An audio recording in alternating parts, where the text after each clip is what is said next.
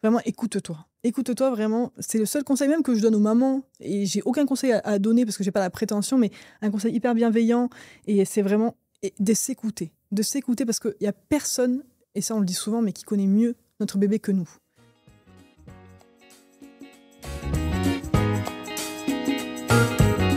Bienvenue dans la matrescence. Dans ce podcast, on part à l'aventure.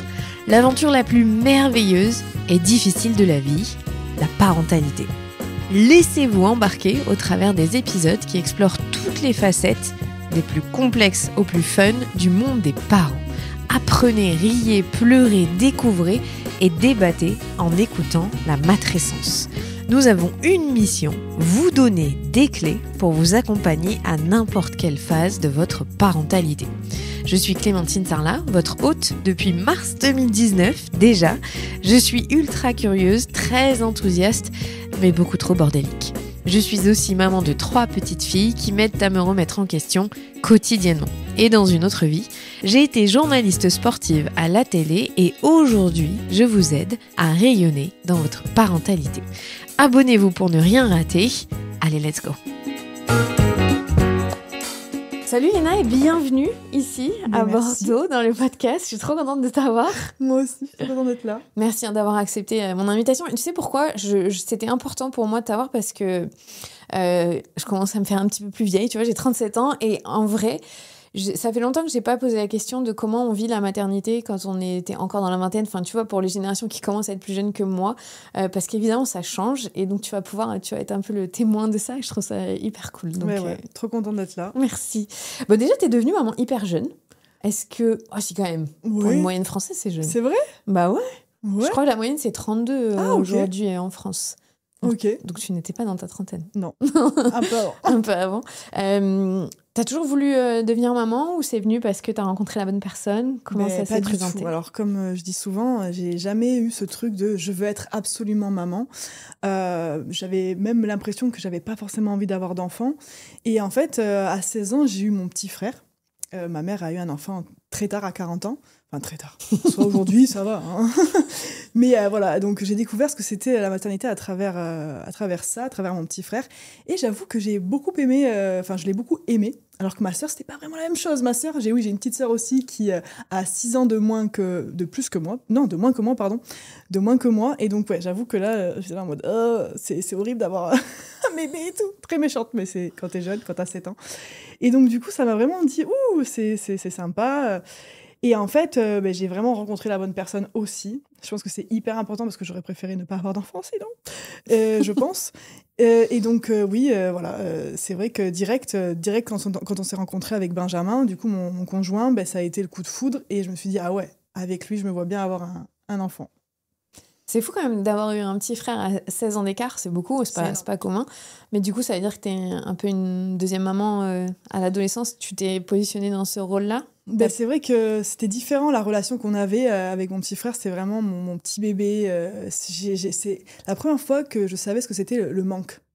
Personne ne me manquait. C'est bizarre, hein, dit comme ça, mais quand je partais à l'école ou quoi, j'étais en mode « Oh, mais il me manque, j'ai envie de le voir ». Et c'était particulier comme relation. Pour un bébé, j'ai tout découvert et vraiment, je l'ai vraiment aimé, mais à un point incroyable. Et du coup, c'est vrai que c'était une relation un peu particulière de grande sœur, mais aussi de petite maman, quoi, qui veut l'éduquer, qui veut être là pour lui, proche de lui et tout. Et encore aujourd'hui, quoi, c'est un peu ça. C'est marrant que ça t'ait donné envie, parce que mine de rien, c'est quand même une grosse responsabilité d'avoir un enfant, de la logistique. Donc tu as vu, j'imagine, tes parents devoir être dans ce rôle-là, oui. Et tu t'es quand même dit, ouais, ça a l'air trop bien. En fait, non. Vraiment pas. Non, en fait, je me suis dit, c'est cool, les bons moments que je passe avec lui, il est trop mignon. Un bébé, c'est trop d'amour, c'est tellement innocent, c'est tellement adorable, il était tellement rigolo. En plus, Elias, moi, je suis fan de mon petit frère, mais vraiment. Et donc, c'était cool, mais après, quand même, calm down, quoi. Genre, mollo, toutes les responsabilités à côté. Je sais que j'aurais pas pu les avoir, quoi, aussi jeune, jamais de la vie. Mais quand même, je trouvais ça plus cool déjà de base, où moi qui étais hyper réticente, qui n'était pas du tout attirée par les enfants, c'est vrai que là, ça m'a un peu débloqué ce côté où en mode non, je veux pas trop d'enfants. J'avoue que j'ai plus apprécié la maternité à travers ma mère. Ouais, t'as ressenti le lien, en fait. Oui, c'est ça. Ce lien avec un bébé, avoir peur qu'il y aurait quelque chose, cette angoisse aussi, et cet amour puissant, qui est différent forcément quand c'est le nôtre, mais qui est quand même très puissant. Et toi, ton fils, il est arrivé dans quel contexte alors ? Vous vous êtes dit, allez, c'est bon moment, on y va et ça arrive tout de suite. Comment est-ce que vous avez décidé de devenir parents ? Alors en fait, comme je te disais, ça a été vraiment le coup de foudre avec Benjamin. Dès le départ, ça a été très très fort. Et en fait, j'ai changé de contraception au bout de 4 mois. Et pendant ce laps de temps, je suis tombée enceinte. 4 mois après s'être remis ensemble, donc c'était un peu surprise. Donc c'est pas grave. Il a accueilli la nouvelle super bien. Tous les deux, on était très contents. Et finalement, j'ai fait une molle partielle, donc je sais pas si tu vois ce que c'est. Voilà, donc on va dire fausse couche entre guillemets. Je l'ai très mal vécu. Et en fait, c'est là où je me suis dit, en fait, t'as peut-être envie d'être maman. T'as peut-être envie d'être maman. On n'est jamais vraiment prête, mais du coup, là, je me suis dit, j'étais vraiment très triste après cette épreuve. Et j'ai laissé passer le temps, j'ai repris une contraception, j'avais plus du tout envie qu'on me parle d'enfance. Voilà, ça, j'étais un peu plus du tout... j'avais plus du tout envie, après ce qui s'était passé. Et quelques années après, là, j'avais 26 ans, 27 ans, je commençais à approcher des 27 ans. Et j'ai changé encore de contraception. Je voulais plus prendre la pilule suite à un problème au foie. J'ai développé une petite tumeur bénigne au foie. Ouais, tout ça peut arriver. On ne nous le dit pas, mais ça arrive. Et j'ai arrêté la pilule et j'ai changé de contraception. Et encore une fois, c'était un échec. Et le laps de temps, je suis tombée enceinte. Et cette fois-ci, c'était voulu, on va dire. Hein. Vraiment, je m'y attendais. Au fond de moi, je m'y attendais. Je savais que c'était peut-être le bon moment. Même si, encore une fois, je répète, il n'y a pas vraiment de moment opportun, on va dire. Mais voilà, et en fait, j'ai accueilli la nouvelle donc, avec beaucoup de stress et d'angoisse par rapport à ce que j'avais vécu. Pour moi, ce n'était pas réel. Et en fait, je ne l'ai pas dit pendant 2-3 mois, même à mon propre conjoint. Je l'ai gardé pour moi, sachant qu'en plus, j'ai vécu un début de grossesse un peu particulier. Je perdais un petit peu de sang, donc tout de suite, c'était la fausse couche. Panique. Donc, j'ai fait des examens. Je suis allée voir une super gynécologue qui m'a fait des examens, qui m'a rassurée. Et j'ai annoncé au bout de 2 mois et demi, 3 mois de grossesse à mon conjoint. Voilà, un peu tard. Ah ouais, donc t'as réussi à garder ça pour toi. C'était dur. C'était très dur. Je comprends ton angoisse et le fait de pas trop te projeter. Mais vraiment, mes chapeaux, parce que tu vis avec quelqu'un au quotidien et ne pas lui partager que... Après, il s'en doutait un petit peu. Hein, franchement, j'étais pas hyper discrète non plus selon mes humeurs. J'essayais de lui faire comprendre, mais à la fois, je voulais pas le décevoir. Enfin, même s'il avait pas été déçu, on a tous été tristes et déçus. Mais voilà, je voulais le préserver de façon à le préserver, à pas qu'il s'inquiète et tout. Donc, quand j'ai su que c'était bon, même si c'est jamais bon, mais quand j'ai su que au bout de... Après, en fait, c'est cette échographie du premier trimestre qui me traumatisait parce que c'était là où j'ai appris que le cœur du bébé ne battait plus. Et du coup, je voulais un peu faire les trucs de mon côté et après pouvoir lui annoncer parce que, pas encore une fois, que ce soit pour quelque chose qui ne se fasse pas. Et voilà, j'ai attendu un petit peu. Et quand tu lui as dit ? Lui, pareil, il était content, mais pareil, toujours avec ce retrait, parce qu'on a peur, quoi. Après ce qu'on a vécu, on n'ose pas se laisser complètement aller à la joie. Et donc, on est un petit peu sur le côté, quoi. Un petit peu en retrait, on va dire. Mais il était content, très content, mais voilà, avec des pincettes. Quand tu deviens maman, du coup, la naissance de ton fils, tu réalises que ça va... apporter des choses différentes dans ta vie. Est-ce que tu as la sensation que ça va changer quelque chose ? Est-ce que tu t'es renseignée ou tu le vis sans avoir récupéré trop d'infos ? Mais j'avoue que moi, je suis du genre à vivre le jour, à pas me prendre la tête, vraiment. Mais un enfant, c'est différent. C'est d'énormes responsabilités. Et je compare, même si c'est pas forcément comparable, mais j'ai eu 2 chiens. Et avant de les avoir, je trouvais ça hyper important de me renseigner quand même. Par rapport à l'éducation que je souhaitais leur apporter, par rapport à comment, ce qu'ils avaient besoin, ce dont ils avaient besoin. Donc, quand j'accueille Ezio, donc mon fils, je me renseigne, je lis des livres, et je regarde beaucoup de vidéos aussi sur les réseaux, de super vidéos, je suis des gens, et en fait, je sais que tout va changer, mais je pense pas à tel point, hein, parce que à son arrivée, ça a été un chamboulement énorme, et je savais que ça allait changer, mais pas à ce point-là quand même.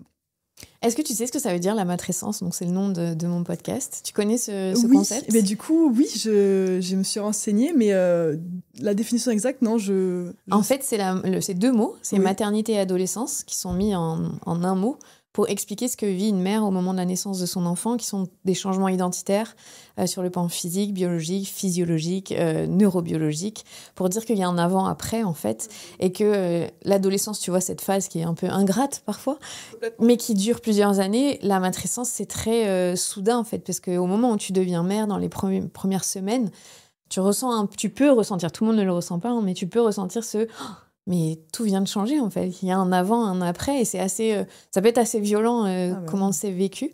Et donc, ce que tu décris, c'est un petit peu ça, non? Oui. Un avant-après. Ah, mais complètement, ça m'est tombé sur la tête. C'est-à-dire que là, il y a vraiment... j'ai la responsabilité d'un petit être humain. Et j'ai plus que moi à m'occuper. Là, il faut que j'envisage. Comme je disais, je vivais beaucoup le jour. Là, c'est plus possible. Je peux plus me lever le matin et dire « Oh, mais qu'est-ce que je vais faire ?» Non. Il faut s'occuper de lui, il faut lui donner à manger, etc. Donc, ça a changé du tout au tout. C'est quoi qui t'a le plus surprise quand t'es devenue maman? Mais tu vois, je pensais que ça allait être le fait de manquer de sommeil, le fait d'être fatiguée. Mais en fait, ça a été cette angoisse permanente où là, je me suis dit, mais en fait, là, aujourd'hui, à partir de maintenant, j'ai tout à perdre. Avant, je m'en fichais pas de mourir, c'est horrible de dire ça, mais bon, je me cassais une jambe, c'est pas grave, voilà, je partais, voilà, je prenais pas trop soin de moi, d'un aspect vraiment, de risque et tout, mais aujourd'hui, en fait, tout est différent, c'est-à-dire que j'ai peur pour moi, j'ai peur pour mon fils avant tout, et c'est ce flot d'angoisse qui m'a submergée, ce qu'on appelle aussi un peu le baby blues, enfin voilà, avec les hormones, etc. Moi, je l'ai vécu, et c'est vrai que ça m'a impressionnée, et au-delà de cet amour, mais inconditionnel, ça c'est comment je l'ai vécu dès les premiers instants. C'est pas tout le monde qui vit ça, mais en tout cas, moi, c'est mon expérience. Waouh! Genre, j'étais en mode, what the fuck? C'est ça d'avoir un enfant? Et voilà, ce qui m'a le plus marqué après l'accouchement, la découverte de mon fils, c'était incroyable. Donc toi, tu as eu cette sensation d'amour très fort que certaines femmes ressentent et d'autres non, hein, au moment d'avoir le bébé dans les bras. Tu l'as tout de suite pris en pleine face. Mais tout de suite. Mais en fait aussi parce que j'ai vécu une grossesse beaucoup sur la réserve, c'est-à-dire que j'y croyais pas. Non, j'y croyais pas que j'avais un bébé, enfin vraiment ça a été dur parce que voilà, cette désillusion et je suis très très terre à terre quand même, et donc là où j'ai commencé à le ressentir, c'était quand je l'ai senti bouger. Là direct, c'est waouh, ok, t'as quelque chose de vivant dans ton bidou, en fait. Donc là, ça a été une révélation, vraiment. Et l'accouchement, ça a été l'apothéose, quoi, vraiment le final. Et donc, quand je l'ai eu sur mes bras, c'était là. Est-ce qu'il va bien déjà direct? Parce que c'est vrai que du coup, peut-être que je suis surinformée ou je regarde beaucoup trop d'interviews de femmes à qui sont arrivées des choses horribles. Donc du coup, c'est toujours cette angoisse du bébé mort-né, mort subie du nourrisson. Ça a été un enchaînement d'angoisse, de peur. Et que j'ai réussi aujourd'hui quand même, ça va mieux. Mais ça a été, est-ce qu'il va bien? Est-ce qu'il va bien? Ok, j'ai accouché, mais regardez-le, s'il vous plaît. Voilà, c'était ça. Et tout de suite, je voulais qu'il soit bien avant moi. Enfin, vraiment, voilà, c'était ma préoccupation principale. Et oui, j'ai ressenti directement cet amour inconditionnel. Là, c'est ma vie. Enfin, vraiment, c'est pour la sienne, quoi. Tout pour lui, quoi. Et ce que tu décris là, c'est un peu de l'hypervigilance maternelle, on appelle ça. C'est de jamais réussir à redescendre en pression et d'avoir confiance que ça va aller. Aujourd'hui, tu te sens plus tranquille par rapport à ça parce qu'il grandit? Oui, ça a été vraiment les premiers mois qui ont été très compliqués. Je l'avais tout le temps sur moi. Mais vraiment, on n'était qu'une personne encore. Hein, c'est un peu ça après. Mais tout le temps sur moi. J'ai fait qu'un avec le canapé pendant 3 mois, je dirais. Avec l'allaitement aussi, c'est vrai que j'ai ce contact permanent et l'hypervigilance, donc dormir avec lui. Mais vraiment, c'était pas du co-dodo, c'était du co-sleeping, vraiment sur moi. Tout le temps à surveiller si il respire. Donc ça a été... ça va mieux. Oui, ça va beaucoup mieux aujourd'hui avec son papa, donc c'est que... c'est que ça va, mais c'est vrai que c'est dur de faire confiance même après quand ils grandissent aux autres personnes, quoi. Même si c'est notre famille, hein, mes parents, mes beaux-parents, c'est très difficile. Et oui, ça va mieux forcément quand on sort de la mort subie du nourrisson, même si encore une fois, ça peut aller jusqu'à 2 ans, mais Mais c'est voilà, les 6 premiers mois, les 6 premiers mois, dès qu'on sort des 6 premiers mois en mode j'ai respiré. Même si c'est horrible de penser comme ça, mais c'était dans un coin de ma tête. Puis en plus, aujourd'hui, les réseaux sociaux nous aident pas, quoi. Enfin, nous aident pas. C'est beau, ces femmes qui partagent leur parcours, c'est important pour elles. Mais nous, ça nous crée encore plus, du coup, d'angoisse et de peur. Et donc, du coup, c'est vrai qu'au début, c'était très difficile à gérer. Très difficile à gérer. Mais ça, c'est quelque chose qu'on a du mal à expliquer à quelqu'un qui n'a pas d'enfant. De l'angoisse qu'on peut ressentir, de la responsabilité d'une vie humaine et de se dire qu'il n'y a que nous qui pouvons faire en sorte que le bébé survive. C'est éreintant, en fait. Ah oui, au c'est final. épuisant mentalement. C'est vrai, c'est vrai. Est-ce que quand ton fils naît, avec ton conjoint, vous avez déjà, tu vois... préparer le postpartum, vous vous êtes organisé, est-ce que vous avez mis des choses en place ou tu vis encore au jour le jour et tu découvres un peu sur le tas? En fait, moi, je voulais vraiment vivre mon expérience. Je voulais me renseigner sur des choses importantes, que ce soit son alimentation, des choses vraiment médicales, on va dire. Mais je voulais quand même pas voir ce que c'était, par exemple, les émissions comme Baby Boom, tout ça. Je voulais pas voir ce que c'était l'accouchement, je voulais pas voir ce que c'était même le postpartum, les vidéos de femmes qui avaient accouché. Je voulais vraiment vivre ma propre expérience et voilà, pour la première fois. Et donc, du coup, on s'était renseigné, certes, mais par exemple, l'allaitement. Je savais pas si je voulais allaiter. Je savais pas comment ça allait se passer. Et en fait, j'ai écouté mon instinct dès le départ, vraiment. Je me suis écoutée moi, avant des fois même d'écouter les professionnels de santé, même si encore une fois ça concerne l'allaitement, mais tout ce qui était important pour mon bébé, hein, évidemment que j'écoutais au pied de la lettre, mais tout ce qui concernait vraiment l'alimentation de mon bébé, etc., donc notamment l'allaitement, je me suis toujours écoutée moi, mon instinct, et bien sûr qu'après tout ce qui était éducation, tout ça, c'était hyper important pour moi de me renseigner, d'en parler avec mon conjoint, parce que ça, avant d'avoir un enfant, on peut pas savoir en fait comment on va agir. Donc ça, je me suis beaucoup renseignée sur ce que c'était l'éducation bienveillante, comment approcher autrement que des punitions, etc. Bon, bref, ça, c'est un autre sujet, mais ça, oui, déjà, je me suis beaucoup renseignée parce que pour moi, c'était hyper important. Pas de tout faire parfaitement, parce que forcément que je vais faire des erreurs, mais de faire le mieux pour mon enfant, en fait. Voilà. C'était hyper important pour moi. Donc, t'es à la maternité, on te passe ton fils, tu te dis, allez, j'essaye d'allaiter. Ouais. En fait, justement, le fait de m'être pas trop informée, de vraiment m'écouter moi, ça a été tellement naturel en fait. Après, encore une fois, c'est mon expérience à moi, hein. C'est pas une science exacte, mais en fait ça a été naturel directement. Il s'est déplacé de lui-même en fait, comme un petit chat vers mon téton, quoi, vers mon sein. Et après c'est vraiment, ça a coulé voilà comme ça. Après, attention, je me suis quand même renseignée pas mal et comme mon métier fait que j'ai quand même la chance de recevoir beaucoup de produits, sur les crevasses, tout ce qui était crevasses, tout ce qui était du coup, par rapport à l'allaitement. Et j'ai pu prévenir aussi, ça m'a beaucoup aidé dans mon allaitement, ce genre de problème, parce que le premier mois pour moi a été très compliqué par rapport à l'allaitement. Et ces produits m'ont beaucoup aidé, donc c'est vrai que ça, c'est bien. Et aussi, les récits de ma mère, qui m'a dit qu'elle avait allaité mon frère pendant 1 mois, que ça avait été horrible, qu'elle avait dû arrêter à cause des crevasses. Et avant, bien sûr, j'avais une sage-femme qui était très, on va dire, physio, entre guillemets, qui m'a beaucoup conseillé sur l'allaitement, sur l'accouchement, etc., et qui m'a donné les positions à adopter par rapport à l'allaitement. Et donc voilà. C'est vrai que je parle beaucoup de l'allaitement. Non, mais c'est hyper intéressant l'allaitement parce que c'est très stigmatisé en France. Oui. Parfois, on nous empêche d'allaiter dans les lieux publics. On associe l'allaitement à une sexualisation qui n'a rien à voir. Et donc, c'est tellement important que quelqu'un comme toi qui a autant de visibilité sur les réseaux sociaux, sur une population qui est jeune, tu puisses en parler et de le faire de la manière dont tu le fais. Vraiment, merci de le faire pour les mamans et pour les papas aussi, parce que c'est important que tout le monde ait conscience de ce que sont les enjeux derrière l'allaitement quand on choisit d'allaiter, parce que chacun fait ce qu'il veut. Bien sûr. Il a quel âge ton fils là ? Il a 18 mois.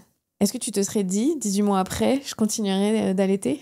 Mais non, pour moi, c'était très tabou, encore une fois, quand j'en parlais à ma mère. Alors, ma mère, elle allaitait 1 mois, c'était déjà énorme et tout. Mais même quand je voyais sur les réseaux sociaux, ou alors que j'en parlais avec des copines, c'était en mode, pas plus de 6 mois, hein, sinon ça craint. Tu sais, tout ce truc pour ton mec, mais qu'est-ce que... rien à voir. Non. Donc, non, je me disais, écoute, fais, tu verras. Au début, j'ai dit 6 mois... Après 1 an, et après, encore aujourd'hui, je dis, on verra. Pour l'instant, je kiffe mon aventure. Ça, c'est un don de soi énorme, c'est une mise à disposition énorme, mais c'est franchement ma plus belle aventure. Encore une fois, c'est incroyable. Et non, par contre, je me serais absolument pas dit, avant d'accoucher, tu vas allaiter tant de temps. Jamais de la fille, vraiment. Pour moi, c'était on verra. On verra, et 18 mois plus tard, on y est toujours. Qu'est-ce que tu reçois comme message sur les réseaux sociaux par rapport à ton allaitement ? Est-ce que c'est plutôt que tu mets en avant, que tu caches pas ? Est-ce que c'est plutôt positif ? Est-ce que c'est de la curiosité ? Est-ce que les gens te demandent d'être éduqués sur ce thème-là ? Ou il y a un peu de pushback, tu vois ? Franchement, il y a de tout. Mais beaucoup plus de positif, et ça, c'est vraiment à ma grande surprise. Je pensais que, de par mon entourage, de par ce que je vois sur les réseaux, de par ce que je vois comme récit de personnes à qui on a empêché d'allaiter, quand même beaucoup de curiosité. Les femmes se renseignent, les femmes qui, elles, s'étaient dit, non, je n'allaiterai pas, sont curieuses et se disent, mais quand même... Ça a l'air sympa, ça a l'air ce lien avec le bébé. Et après, toujours ces hommes qui disent « Oh là là, c'est dégoûtant », bon ça, c'est vraiment une minorité. Et les femmes qui sont contentes et qui racontent aussi leurs histoires, qui n'osent peut-être pas, des fois qui cachent leur allaitement à leur famille, et qui sont contentes de voir que on détaboutise, je sais pas si ça se dit, mais ce sujet qui est hyper important en fait, et qui est hyper naturel, normal, il n'y a pas à avoir honte, mon Dieu, pas du tout, au contraire. Et il y a aussi ces femmes qui se sentent culpabilisées. Alors ça, encore une fois, moi, je fais attention, je prends vraiment des pincettes, je raconte mon expérience, mon histoire, et vraiment, encore une fois, je le répète, chaque femme fait comme elle veut, comme elle peut, parce que moi, j'ai la chance, certes, d'avoir un métier qui fait que je suis à la maison, proche de mon fils, mais on n'a pas tous cette chance. Et c'est une vraie mise en place, l'allaitement. Et donc voilà, il y a beaucoup de positivité malgré tout, malgré ce qu'on pense, plus que de négativité, mais aussi de femmes qui trouvent pas ça normal, qu'encore à 18 mois, j'allaite.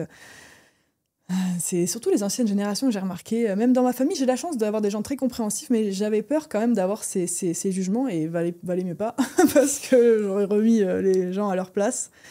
Mais voilà, ouais, c'est vrai que quand même, plus de bonnes réactions. Quand tu as commencé à documenter, ça fait partie de ton travail, oui. Tu aurais pu cacher que tu allaitais. Est-ce que tu l'as fait avec l'intention, justement, de vouloir enlever le stigma et les tabous ? Ou c'est parti à la base juste pour partager et tu t'es rendu compte qu'il y avait un enjeu derrière ? C'est vrai que moi, de base, je partage toute ma vie, mais depuis toujours, vraiment, depuis que je suis toute jeune. J'ai commencé les réseaux, j'avais 14 ans. Et en fait, pareil que pour ma fausse couche, quelque chose qui est très, très tabou à l'époque, en 2019, j'ai voulu absolument en parler. Pour enlever ce voile, justement, sur le fait qu'en fait, il y a énormément de gens qui le vivent. Et c'est un peu différent, mais l'allaitement, au début, c'était vraiment partager mon expérience, parce qu'encore une fois, j'ai pas...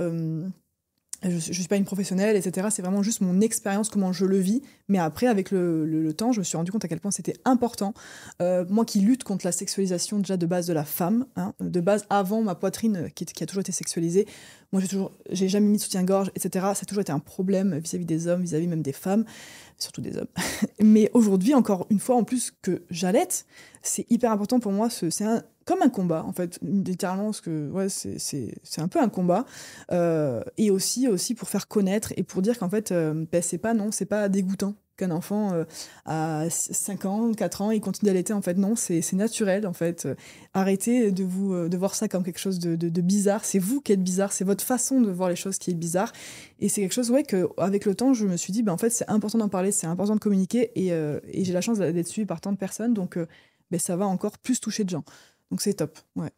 Et tu me fais tellement rire parce que sur les dernières vidéos que tu me montres, tu expliques qu'on peut allaiter d'un sein. Donc il y a plein de gens qui ne savent pas ça. Il y a des enfants qui préfèrent un sein, il faut bien le dire. Et donc forcément, ça, c'est pas que ça déforme, mais t'as un sein qui est plus gros que l'autre, c'est normal. Et tu le montres sur les réseaux sociaux. Oui. Mais c'est rare, on montre rarement ça, comme tu le disais, surtout on cache, on met des soutiens-gorge, on met des t-shirts, on gomme un peu ce genre de différence. Et je trouve ça génial parce que en fait, ça me fait rire de voir ce que tu le dis avec humour d'ailleurs. Oui, oui, il faut. Il faut. Et ça, est-ce que ça passe ? Est-ce que les gens... tu vois, on rigole avec toi ou est-ce que ça devient quelque chose... Parce que les réseaux sociaux, ça peut aller tellement d'un côté comme de l'autre. Mais après, t'as toujours ce flot d'hommes. Encore une fois, désolée, moi, je suis très... les hommes. Mais c'est vrai qu'ils vont sexualiser directement et qu'ils vont dire « Oh, je veux bien téter l'autre. » ou voilà, ce genre de réflexion qui font que ça fait des vues. Mais il y a toujours ce... Alors moi, ça, c'est à la limite, c'est rigolo. On va dire, c'est rigolo. Bon, c'est pénible, on est toujours sexualisé. Mais allez, ça reste gentil, on va dire. Certains commentaires sont plus gras. Mais surtout, moi, ce que j'adore, c'est toutes ces réactions de femmes, en fait, qui, pour elles, elles ont vécu la même chose, qui en fait, n'osaient peut-être pas en parler. Et t'es là en mode, bon, j'ai vécu ça, peut-être que je suis la seule. Mais en fait, elles se rendent compte, dans les commentaires, il y a des centaines de commentaires, mais en fait, on a vécu la même chose. Donc, c'est génial. Et c'est pour ça que j'en parle, parce que si je l'ai vécu, c'est que plein d'autres femmes l'ont vécu. Forcément. Et en fait, je me suis pas rendu compte si on en parlait ou non sur les réseaux. Moi, vraiment, comme je te dis, je partage mon quotidien et ça fait partie de mon quotidien. Et en fait, certains ne vont pas oser en parler. Mais aujourd'hui, ce qui est cool, c'est que tu as toutes sortes d'influenceurs et on parle de tout. Aujourd'hui, on arrive à de plus en plus parler de tout, même si bon, ça reste quand même des fois tabou.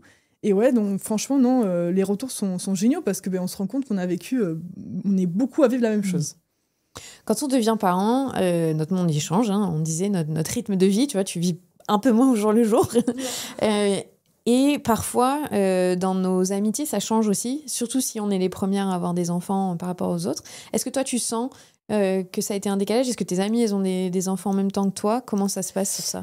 Eh bien, c'est vrai que ce que tu dis, c'est impressionnant, ce décalage. Alors, il y a ceux qui vont être proches des enfants, donc qui vont comprendre, et d'autres qui vont être complètement déconnectés et qui vont pas comprendre le rythme d'un enfant, l'importance que ça a, qu'il se couche à telle heure, qu'il ne mange pas de ci, de ça. Et donc, c'est vrai que tu fais malgré toi le tri, forcément. Enfin, en tout cas, moi, c'est ce qui s'est passé. J'ai eu la chance d'avoir des amis qui ont accouché en même temps que moi, ou des amis de mon conjoint, pardon. Mais ce qui nous a beaucoup rapprochés, et au contraire, ce qui nous a beaucoup éloignés avec des gens qui se reconnaissent pas dans la maternité, ou qui ne sont pas proches d'enfants, ou qui ne comprennent pas certaines choses. Et forcément, on ne vit plus au même rythme, on ne fait plus les mêmes choses. Et oui, ça creuse un écart. Et même, par exemple, par rapport à la famille, c'est des fois compliqué quand tu as une sœur ou un frère qui...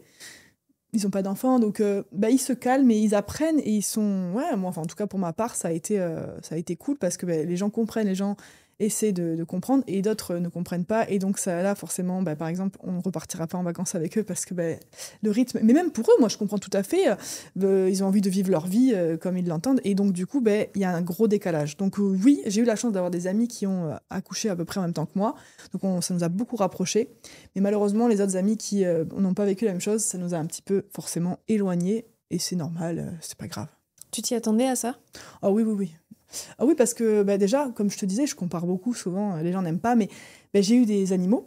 Et pareil, que ce soit dans mon éducation par rapport à mes chiens, j'ai toujours voulu avoir ce côté positif, ce côté où j'ai des chiens, c'est une grosse responsabilité déjà d'avoir des animaux. Faut que je les sorte tant de temps. Et pareil, les gens n'appréciaient pas que je mette mes chiens à une valeur, à une certaine valeur. Donc là, certaines personnes se sont déjà éloignées par rapport à ça. J'imposais mes chiens, voilà, j'étais dans ma famille. Enfin, mes chiens, c'était ma famille, donc ils vont partout. Ils vont avec moi en vacances, etc. Et donc déjà, de base, c'était comme ça. Donc je m'attendais à ce qu'avec un enfant, ça soit pire. Parce que là, un enfant, c'est quand même différent, hein, on va pas se mentir. C'est du 100% tout le temps. Ça se gère pas tout seul. Hein. Ça ne reste pas un petit peu dans le jardin tout seul. Non. Donc, à un moment, ça vient, mais pas tout de suite. Oui, pas tout de suite, je me doute. Mais voilà, donc oui, c'est vrai que tout ça, je m'attendais à ce changement. Ouais, t'avais déjà... En fait, c'est vrai que d'avoir une expérience de responsabilité, oui. Un animal, c'est une responsabilité. Ah oui. Surtout, c'est pas un petit cochon d'Inde quelque part, un chien, putain, et plusieurs. Ça t'avait déjà appris cette notion de responsabilité, d'engagement et de calibrage de la vie autour du bien-être de l'être humain, enfin dans l'être vivant. Mais c'est marrant ce que tu dis parce que certains ne sont pas d'accord avec moi et je peux tout à fait enfin bof, mais j'essaie de comprendre. J'essaie de comprendre tout le monde, vraiment, c'est une de mes traits de caractère. Mais pour moi, c'est pas à eux de s'adapter à nous. En fait, je suis désolée, mais on prend la responsabilité de prendre un chien, d'adopter un chien, par exemple. C'est pas lui qui va supporter 9 heures enfermé. Enfin, tu vois, il faut qu'on lui accorde des balades, c'est hyper important. Un bébé, c'est encore pire. Donc, on prend la décision ou pas, d'ailleurs. Hein. Il y en a qui tombent enceintes, qui font des nids de grossesse, etc. Mais quand il est là, en fait, il n'a jamais demandé à être là, mon petit bébé.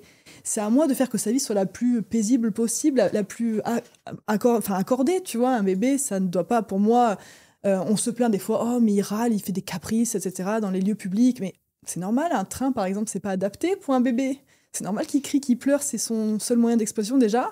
Ça, j'ai compris après. Hein. C'est pour ça que je ne suis pas dans le jugement avec les gens et que je me dis, bon, ils comprendront plus tard. Quand on a un enfant, on comprend bien plus de choses. Mais c'est vrai que je regrette d'avoir des fois soufflé. Oh non, il y a un bébé dans l'avion. Ah, j'ai passé un mauvais... Eh bien ouais, mais c'est comme ça, c'est un lieu public. Donc voilà, encore une fois, ils n'ont pas demandé à être là, donc il faut faire en sorte qu'ils soient bien. Mais tu vois, ce que tu décris, c'est aussi... on a un manque d'éducation autour de ce que ça implique de faire famille, d'avoir un enfant, parce qu'on ne considère pas les enfants comme des êtres à part entière qu'on doit respecter, on les considère comme des nuisances. Et c'est vrai que j'ai été comme toi, hein, moi j'ai eu ma première fille à 29 ans, je me vois être cette connasse dans l'avion qui souffre parce qu'il y a un bébé qui pleure. Mais en fait, il avait peut-être une otite, le pauvre. Enfin, aujourd'hui, j'ai envie de me mettre des claques, de me dire que j'ai réagi comme ça. Désolée. Exactement. Mais je me dis peut-être que si on m'avait éduquée à ces sujets-là avant, de dire, en fait, juste à l'école, expliquez-nous le développement d'un enfant, en fait, de base. Et comme ça, peut-être qu'on aura tous plus d'empathie envers... Ou prévoyez des lieux pour les enfants de manière positive, parce qu'en France, on n'est pas les champions du monde pour ça. Hein. On est d'accord. C'est bien ce que j'ai remarqué. Hein. Ouais, c'est clairement. Si tu voyages dans plein d'autres pays n'importe quelle culture, en fait, juste, c'est la vie, un enfant, c'est chouette. Et nous, en France, on est là, arrêtez de nous déranger, oui. Et donc, c'est difficile. Et tu vois... de voir que toi aussi, tu as eu cette prise de conscience. Je me dis, c'est chiant, on n'a pas encore fait ce travail assez fort pour les générations les plus jeunes, tu vois, de valoriser le fait que les enfants, on doit faire attention à eux et pas l'inverse. C'est ça, et rien que cette expression, en fait, avec du recul, que je trouve horrible, et j'en ai fait une vidéo d'ailleurs sur TikTok, je déteste les enfants, je déteste les bébés. Mais on dirait, je déteste les femmes. C'est de la misogynie. Donc en fait, c'est une forme de discrimination.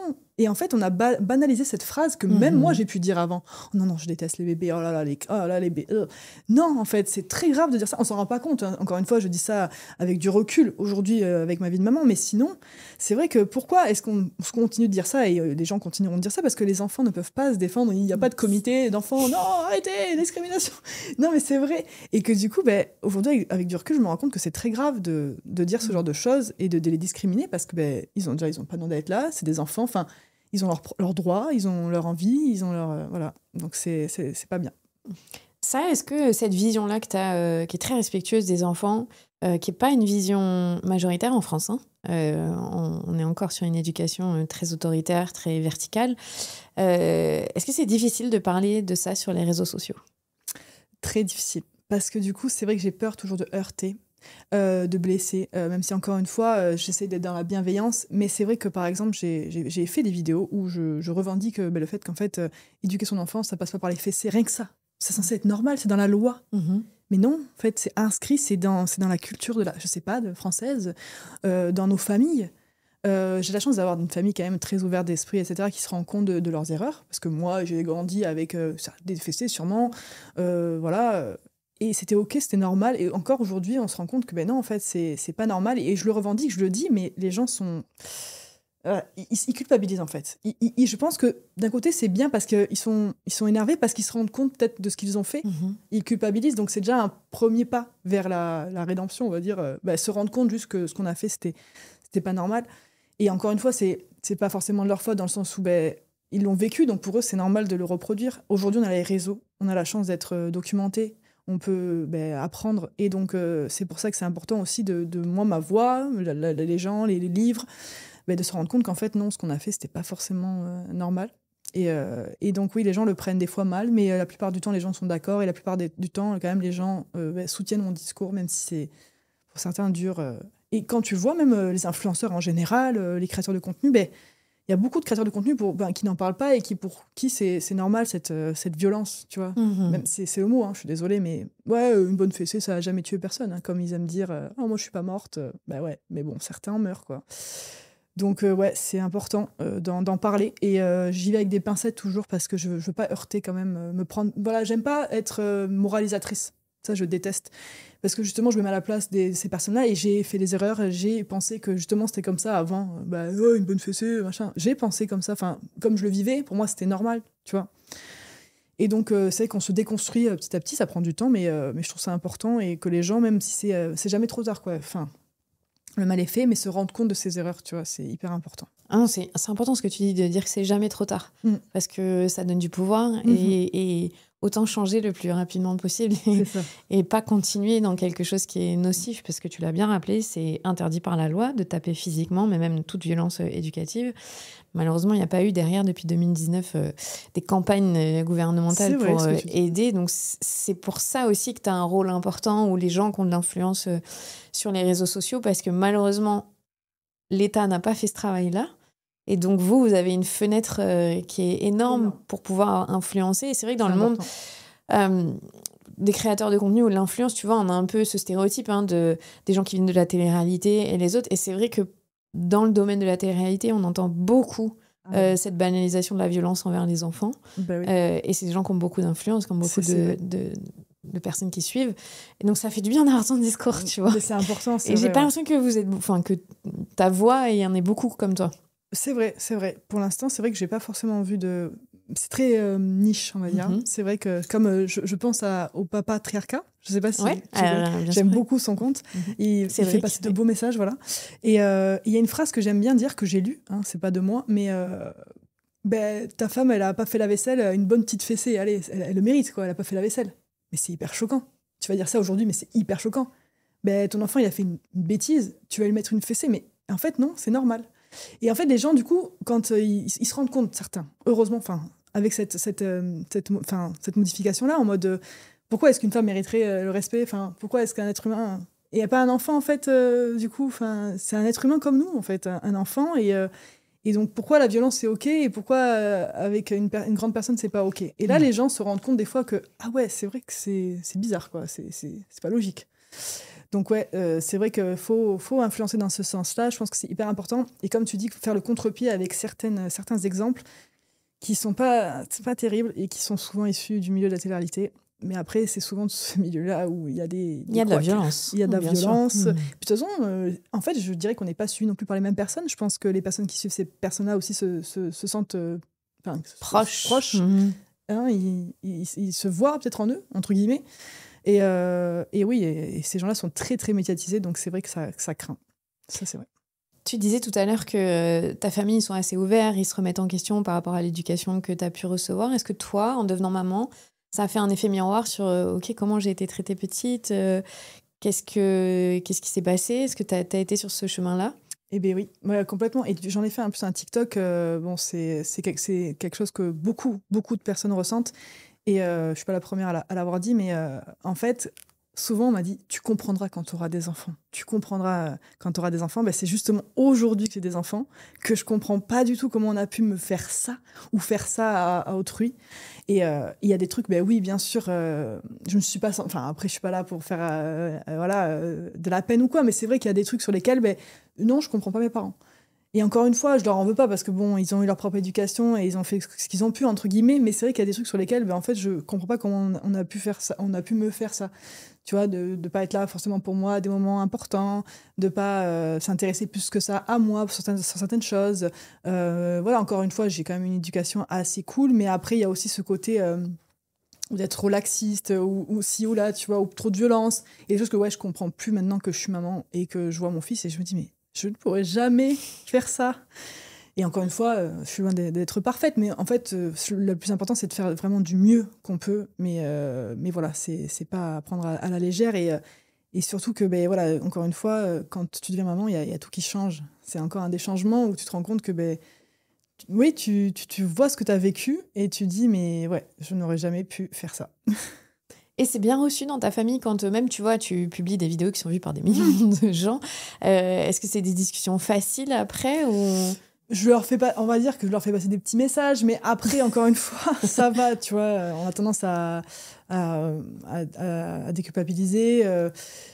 Ma mère se rend compte de plein de choses aujourd'hui avec mon frère, parce qu'en plus, du coup, elle a été maman à 40 ans, donc elle voit comment ça se passe, tout change, et elle se rend compte de plein de choses qu'elle aurait plus dû s'écouter. À l'époque, je pense qu'ils n'avaient pas cette liberté avec les réseaux sociaux de pouvoir se documenter. Ils écoutaient beaucoup les parents, les grands-parents, donc laisse pleurer ton bébé. Par exemple, ce truc de, je suis désolée, mais c'est de l'ancienne génération, vraiment, de ce truc de, oh, il faut le laisser pleurer, c'est important, gaga. Non. Aujourd'hui, ma mère se rend compte que c'est impossible, et pourtant, elle l'a fait parce qu'elle pensait que c'était OK. Elle est allée contre son instinct, entre guillemets, de maman, qui hurlait de l'intérieur, comment je peux la laisser pleurer, mais parce que c'était comme ça, parce qu'elle pensait qu'il fallait faire comme ça. Donc, on en parle un petit peu. Après, voilà. J'ai eu l'adolescence que j'ai eue. Pour moi, c'est jamais forcément la faute de l'enfant, tu vois. Genre, un enfant n'est pas méchant.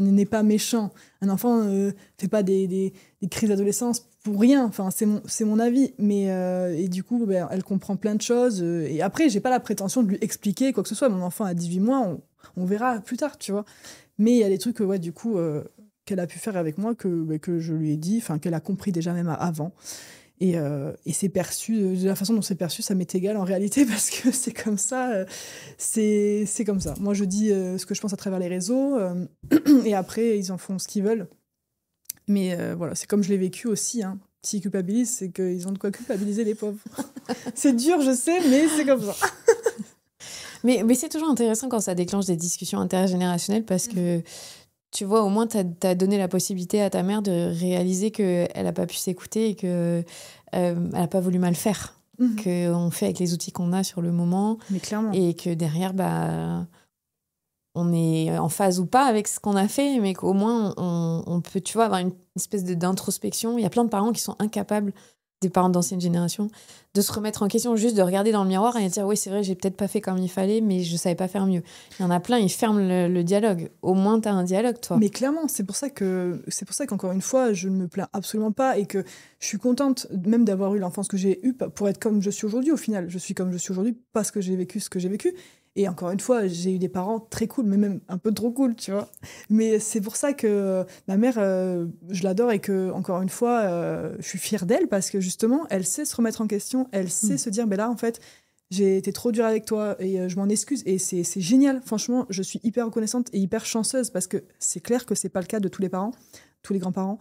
Et même ma grand-mère, qui est vraiment ancienne génération, quoi, aujourd'hui, elle apprend à travers moi et aucun jugement, jamais. Une personne de ma famille ou même de ma belle famille m'a dit oui mais tu comptes allaiter jusqu'à quand ou non mais faut être un peu plus dur, un peu plus strict. Jamais, heureusement, parce qu'après ils connaissent mon caractère aussi, ils savent que voilà, ça va. Moi j'ai pas de pincettes, mais j'ai une chance, c'est une chance, c'est vrai, c'est une chance. Est-ce que si tu pouvais revenir en arrière et dire quelque chose à la Léna juste avant d'avoir ton fils, oh là là. Tu voudrais lui dire quelque chose ou tu te dirais non, je préfère qu'elle vive ce qu'elle a à vivre? Mais franchement, je suis pas trop peu fière de moi parce qu'au final, je me suis écoutée. Mais ce que je pourrais dire à Léna d'avant, enfin, la Léna d'avant à Léna de maintenant, c'est vraiment écoute-toi. Écoute-toi vraiment. C'est le seul conseil même que je donne aux mamans. Et j'ai aucun conseil à donner parce que j'ai pas la prétention, mais un conseil hyper bienveillant. Et c'est vraiment de s'écouter. De s'écouter parce qu'il y a personne, et ça on le dit souvent, mais qui connaît mieux notre bébé que nous. Certes, écoute les pédiatres, c'est important quand même, mais je veux dire, si tu sens que, tu vois, des fois, il y a des commentaires, enfin, des conseils qui sont non sollicités, si tu te sens, fais comme tu le sens. Hein, si c'est pas un danger de mort, hein, je dis attention. Hein. Mais vraiment s'écouter, je trouve que c'est hyper important, parce que comme je disais, voilà, il n'y a que nous qui connaissons notre bébé autant qu'on le connaît, quoi. C'est notre bébé, donc ouais, s'écouter et que je m'écoute plus. Et souvent, ça va avec le personnel médical, tu vois, parce que quand on est jeune maman d'un premier bébé, on a du mal à discerner est-ce que je dois suivre tout ce qui est dit ou est-ce que je ressens quelque chose de différent. Juste avant qu'on commence l'interview, toi et moi, on s'est rendu compte qu'on a le même médecin, qui est une de mes amies, qui est Laura. Et Laura, donc je vais lui faire un petit compliment parce que Laura, c'est une médecin qui écoute, qui est bien formée. C'est une médecin généraliste, médecin de famille. Tu as eu beaucoup affaire à des médecins comme Laura, un peu, qui écoutent ou justement on t'a stigmatisé dans ce que tu faisais? Ben en fait, j'ai vite compris que... Alors, c'est pas bien ce que je vais dire, mais que j'allais mentir. En fait, j'avais plus envie. En fait, oui, je suis tombée sur des pédiatres qui, dès le départ, m'ont jugée. Que dès le départ, j'ai senti dans leur regard, ouh là là là là, ils me jugent. Je dors encore avec mon bébé. J'allaite encore. J'allaite la nuit. Alors là, c'était l'apothéose. Enfin voilà, c'était tout le mélange pour que ça n'aille pas de leur côté. Donc j'ai vite compris que j'allais, oui, il dort dans son lit complètement, oui. Oui, j'allais plus la nuit. Non, mon Dieu, pas avant 4h30 du matin, hein, comme vous m'avez dit. Ah non. Ces trucs, tu sais, je le laisse pleurer jusqu'à 4h30. Non, c'est des réflexions que j'ai pu avoir et très vite, c'est pas des mauvais docteurs, c'est juste qu'en fait, je pense que, et encore une fois, je reviens, c'est dingue, mais sur les chiens. Les vétérinaires, tous les vétérinaires que j'ai dû faire avant de trouver un bon vétérinaire, parce que justement mes chiens, je les nourris au barf. Donc le barf, c'est quoi? C'est la bonne alimentation, retour aux fondamentaux, c'est la viande crue. Et combien de vétérinaires m'ont dit mais non, c'est mauvais pour eux. Sauf qu'en fait c'est la base, tu vois, de la nourriture, comme l'allaitement. C'est comme te dire que le lait infantile c'est meilleur que l'allaitement. Non, c'est faux. Et bon bref, ça pour te dire que j'ai compris direct qu'en fait ils étaient très forts dans ce qu'ils font, mais qu'il s'agissait d'alimentation ou tu vois des choses à côté, oui, prends ce qu'ils disent, évidemment c'est hyper important, mais non, les croquettes c'est pas meilleur que la viande crue. Donc encore une fois, pareil pour l'allaitement, si mon fils a besoin de téter à 2h du matin, mais mon fils va téter à 2h du matin, je vais pas attendre, non. Certes, peut-être que je ferai moins mes nuits, aujourd'hui, peut-être qu'il se réveille la nuit encore, mais s'il a besoin de téter, tu vois ce que je veux te dire, je vais m'écouter. Je vais m'écouter, si j'ai besoin de dormir avec lui, si mon fils a besoin de dormir avec lui, si c'est plus facile comme ça va être comme ça, tu vois. Encore une fois, je pense que c'est important de s'écouter, et mon fils à 16 ans, je pense que, il dormira plus avec moi, mais je pense que c'est surtout parce que les gens aujourd'hui, je pars un peu dans tous les sens, mais veulent vite leur indépendance, enfin, le bébé dans leur lit, hein, on est tranquille, il pleure pas, il fait ses nuits, basta. Non, moi j'ai vraiment besoin de cette proximité, moi aussi, c'est peut-être égoïste, hein, mais j'ai besoin de cette proximité avec mon bébé, il a besoin de moi, je sens qu'il a besoin de moi, donc il est avec moi, j'allaite encore la nuit, donc je vais pas le mettre dans son lit pour aller faire des allers-retours et tout, c'est hors de question. Et voilà, donc vraiment, c'est vrai que j'ai eu affaire à des pédiatres, qui m'ont fait des réflexions et qu'après j'ai arrêté de leur dire la vérité. Je sais pas si c'est bien, mais c'est ce que je fais. Heureusement, tu as trouvé Laura. J'ai trouvé Laura, et Laura qui m'a toujours, encore une fois, comprise et respectée dans mon choix d'allaitement, dans mon choix de co-sleeping ou pas, qui m'a jamais jugée et qui a toujours été très, très bienveillante. Mais il y en a, parce que c'est vrai qu'on stigmatise, mais c'est vrai qu'il y a déjà une génération de pédiatres qui, voilà. Il y a une autre génération qui se forme et qui écoute aussi. Moi, mon podcast, je sais que j'ai beaucoup de soignants et soignantes qui écoutent parce qu'ils n'ont pas accès sinon à ce savoir-là ailleurs. Heureusement, ça change, mais c'est vrai que c'est très dur de se défendre face au corps médical quand on est jeune parent et qu'on a une sensation au fond de soi qu'on sait que c'est ce qu'il faut pour notre bébé. Et donc, il y en a plein comme toi qui mentent. Il y en a plein je le vois sur les commentaires. Qui disent ce que le médecin a envie d'entendre, en fait. Mais c'est ça. Ça nous arrange et ça évite ce regard toujours très jugeant. Qui n'est pas facile. Non. À gérer quand on est jeune parent. Pour terminer, tu vois, devenir parent, ça bouscule aussi dans le couple. Est-ce que ça a été dur de s'adapter? Est-ce que vous êtes toujours en phase d'essayer de trouver votre rythme avec un petit, surtout quand t'allaites, parce que comme tu dis, c'est un don de soi, c'est une disponibilité qui fait que t'es moins libre pour pouvoir sortir, faire des choses à deux. Alors oui, nous ça a été à la fois on est très très soudés, on est vraiment avec Benjamin, mais ça a quand même été pas une tempête, mais il a fallu qu'on se cale. Parce que déjà, tu peux plus parler quand tu veux, parce que, dans ce sens où je vais pas m'embrouiller. Je vais pas parler de choses hyper, des fois, qui peuvent être virulentes. Enfin, tu vois, quand t'es pas d'accord, tu peux un peu hausser le ton. Donc là, déjà, c'est compliqué de pouvoir parler parce que t'as un bébé, tu veux pas trop le... Voilà. Il faut trouver des terrains d'entente, c'est hyper important. De toute façon, on n'a pas le choix. Maintenant, on a un enfant, donc il faut qu'on soit d'accord, entre guillemets. Mais c'est sûr que, tu vois, entre l'allaitement, on ne l'a pas fait garder, donc on l'a avec nous depuis 18 mois. C'est le papa qui s'occupe de lui, majoritairement non, parce que il tète encore, donc vraiment, on est ensemble, quoi, on est ensemble.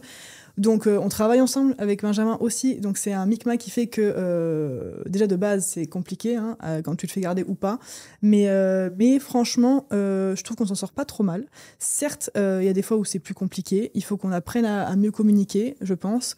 C'est hyper important, la communication, de toute façon, peu importe, enfant par enfant, c'est très important de communiquer.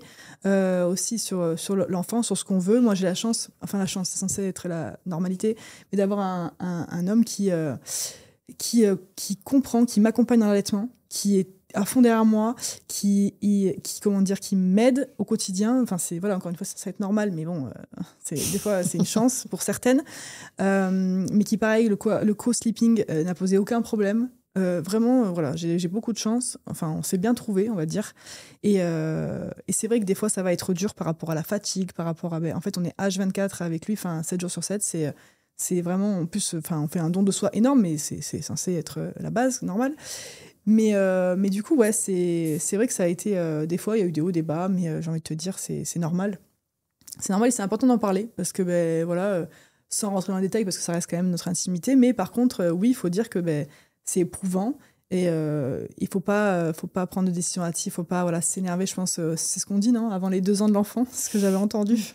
Mais voilà, c'est jamais arrivé jusque-là, mais dans le sens où c'est vrai que c'est un chamboulement, et puis on fait le deuil de notre vie d'avant, hein, à 2. Hein. C'est pour ça qu'avec du recul, je suis contente d'avoir pu partager autant de temps avec lui, parce qu'aujourd'hui, ça fait 6 ans qu'on est ensemble, donc on a vécu 4 ans et demi vraiment pleinement ensemble, à 100%. Et c'est vrai qu'on fait vraiment le deuil de cette vie d'avant, parce qu'on n'est plus tout seul. Non, on n'est plus tous les deux. On a un petit bonhomme avec nous, ce qui est génial, qui nous remplit de bonheur. Mais c'est vrai que c'est vrai que je l'ai vécu comme un petit deuil.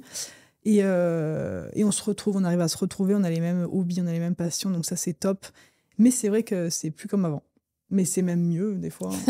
C'est vrai. C'est juste dans la gestion du temps, quoi, qui est plus intense. C'est vrai que on banalise trop, je trouve, vraiment, le fait d'avoir un enfant. C'est quelque chose d'énorme. C'est quelque chose de... Waouh!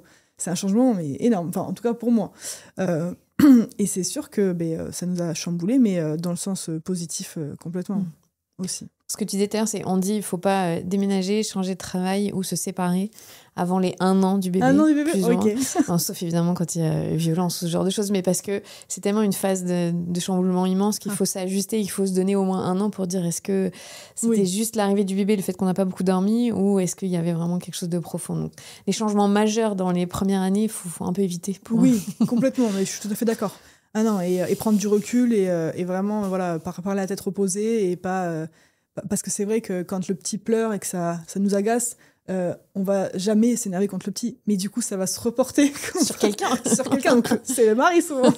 Mais voilà, c'est vrai que c'est pour ça qu'il faut communiquer, s'excuser quand il faut s'excuser et se comprendre, quoi, surtout. Et voilà, c'est facile à dire. Mais merci de parler parce que tout le monde n'a pas envie de parler des difficultés de couple, en tout cas de ce que ça demande comme ajustement de devenir parent, parce que c'est pas une baguette magique et on a tous eu les contes de fées où ils vécurent heureux. Mais mais vous nous avez pas raconté la suite de l'histoire. Là. C'est clair. Il y a quand même du taf après.